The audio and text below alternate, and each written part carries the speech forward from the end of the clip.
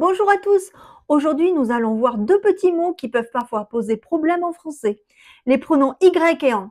Ils sont petits, mais ils sont très utiles pour parler de manière fluide et naturelle. Alors, restez bien avec moi jusqu'à la fin, car vous allez comprendre quand et comment utiliser ces pronoms sans vous tromper.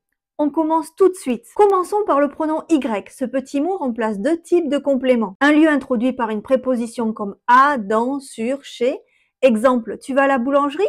Oui, j'y vais. Ici, Y remplace à la boulangerie. Un complément d'objet indirect introduit par à, mais seulement si c'est une chose. Exemple, tu penses à ton travail?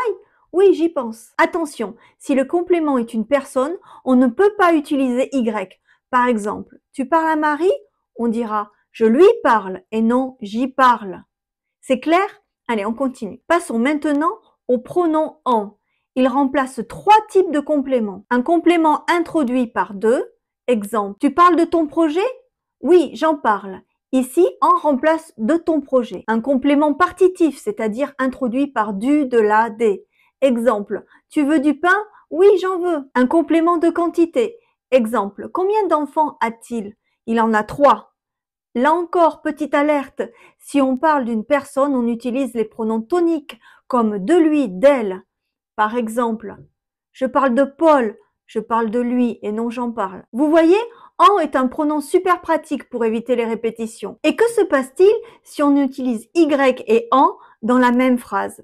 Eh bien, l'ordre est simple, on met y avant en. Exemple, il y a des pommes sur la table? Oui, il y en a. C'est une règle simple, mais qui vous permet de parler de manière vraiment naturelle. Allez, un petit test pour vérifier que vous avez compris.